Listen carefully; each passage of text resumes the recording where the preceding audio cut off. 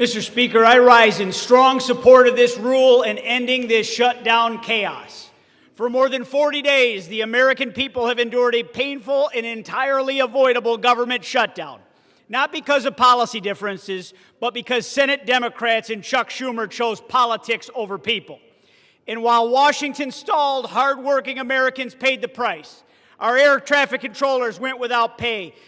A system stretched thinner by the day, putting new strain on that system that put millions of lives at risk.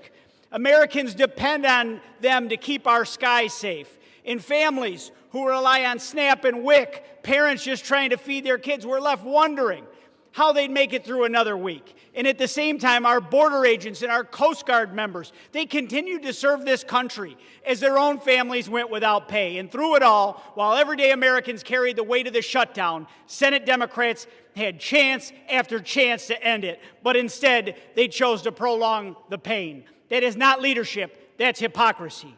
It was never about budgets or priorities. It was about power. It's not about turning government on. For them, it's about turning government into performance, where the people paying the highest price are the ones furthest from Washington.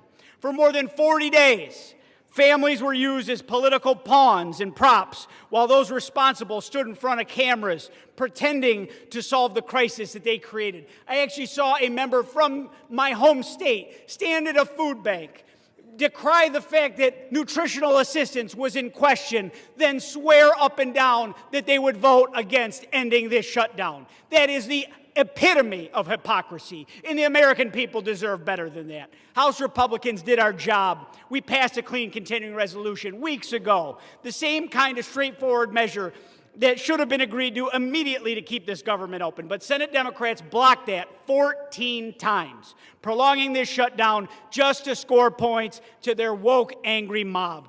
This measure before us today is the same bipartisan framework they could have passed 40 days ago. The only thing that has changed is the political calendar.